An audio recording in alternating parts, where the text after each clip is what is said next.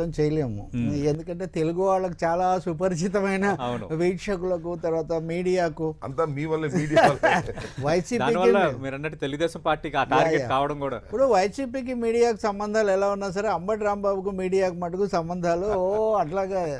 But Rambabu గారు మిమ్మల్ని తెలుగు ప్రజలు ఎలా గుర్తుపెట్టుకోవాలి? మాటగారి రాంబాబు, మీరే అన్నట్టుగా సంబరాల రాంబాబు, వివాదాల రాంబాబు, విధేయ రాంబాబు, డాన్సర్ రాంబాబు, ఇంకా చెప్పాలంటే రసిక రాంబాబు, మొండి రాంబాబు, జగడాల రాంబాబు, వాగ్దాటి కలిగిన రాంబాబు, ఏ పాత్ర మీకు చాలా ఇష్టం? అమాత్య రాంబాబు ఫైనల్ అమాత్యుడు అవడము, దట్ ఇస్ అంటే మీరు అమాత్యుడు అవడం కూడా నిజానికి చాలా వివాదాలు, చాలామంది ఈ లీకులు షాకులతో షేక్ అయిపోయేటటువంటి పరిస్థితుల్లో మీరు మంత్రి అయ్యారు.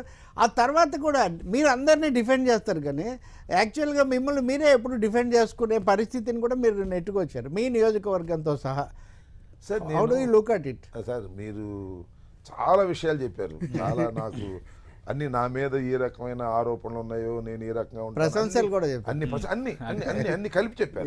ఇదే దాన్ని ఏమంటారు, డిఫరెంట్ ఫ్రూట్ బాక్స్, అన్ని ఫ్రూట్స్ ఉన్నాయి, చేదుగా ఉండే ఫ్రూట్స్ ఉన్నాయి, తీయగా ఉండే ఫ్రూట్స్ ఉన్నాయి, రుచిగా ఉండే ఫ్రూట్స్ ఉన్నాయి, అన్ని రుచులు తెలిసిన వాళ్ళని. అయితే నేనేంటంటే ఐఎమ్ ఏ డిఫరెంట్ షేడ్స్ ఉన్నాయి నాలుగు.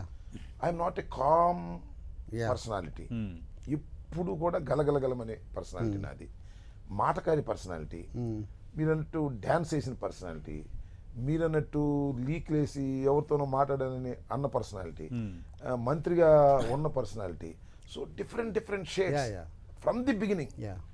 నా లైఫ్ అంతా అంతే, నేను స్టూడెంట్ లైఫ్ నుంచి కూడా అంతే. నేను స్టూడెంట్ లీడర్ని ఒరిజినల్గా. నేను జూనియర్ కాలేజీ, డిగ్రీ కాలేజీ, లా కాలేజీలో అప్పుడు ఎలక్షన్స్ ఉండేవి, మీకు తెలుసు.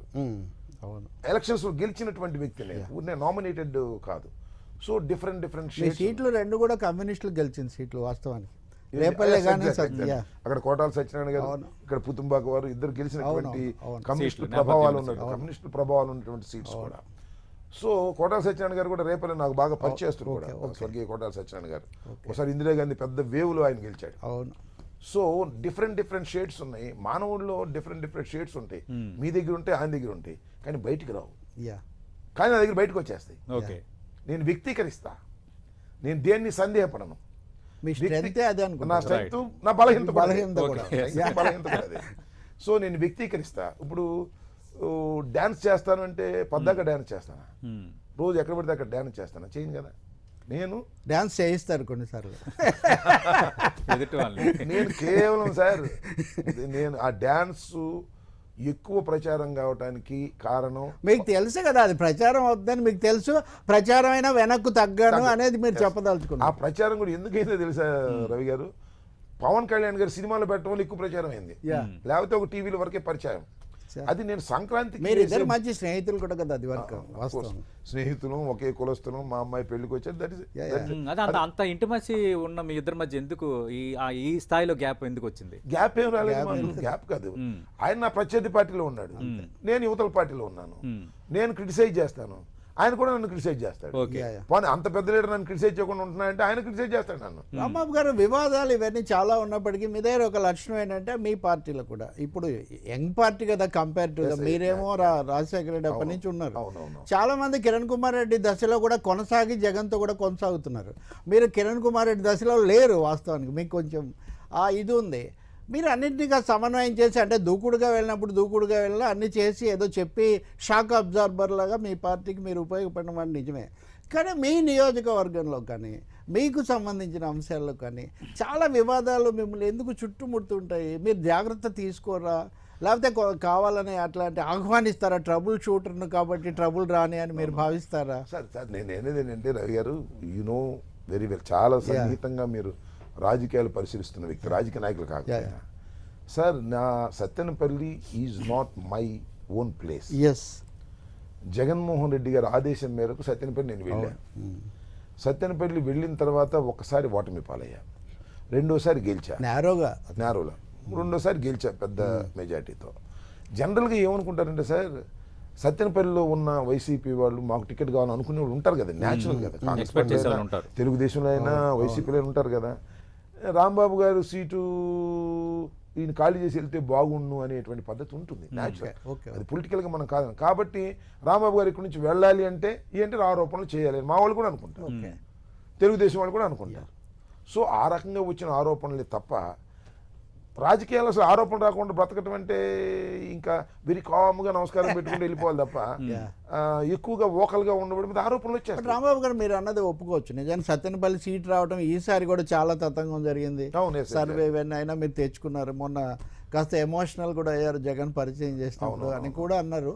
కానీ అది కాకుండా ఒక ప్రశ్న సూటిగా అడుగుతాను నేను, మీకున్న వాగ్దాటి లేకపోతే మీరు కలిసిపోయే లక్షణం దీంతో చూసినప్పుడు మీరు స్థానిక ప్రజలు, ప్రజా సంఘాలు, లేకపోతే ఇందాక మనం అనుకున్న ఈ వామపక్ష సంఘాలు వాళ్ళకేమీ టీడీపీ రాజకీయాలతో పెద్ద సంబంధం ఉండదు కదా, ఎందుకు అక్కడ కూడా మీరు చాలా ఇబ్బందులు లేదా వాదోపవాదాలు వీటిలో ఎందుకు? ఇప్పుడు ఉదాహరణగా ఇప్పుడు ఆ నష్టపరిహారం నువ్వే మీడియాలో కొన్ని ఎక్కువ నష్టపరిహారం సమస్య కానీ ఇంకోటి కానీ తొక్కుకుంటూ వెళ్ళారని ఇట్లాంటివి ఎందుకు అవాయిడ్ చేయలేకపోయారు?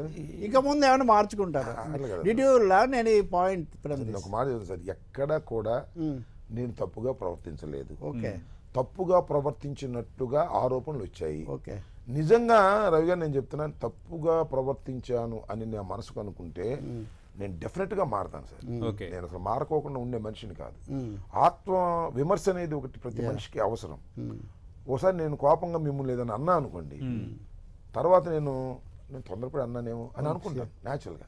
అది నేను మళ్ళీ వ్యక్తీకరించలేకపోవచ్చు. మీరు ఇంకొకసారి నా ప్రవర్తన మార్పు వస్తుంది.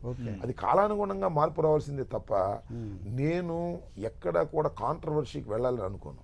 మీరు కాంపెన్సేషన్లో 5 లక్షల కాంపెన్సేషన్లో 2.5 లక్షల రూపాయలు అడిగా అనేది వచ్చి అభూత కల్పన. అది అభూత కల్పన.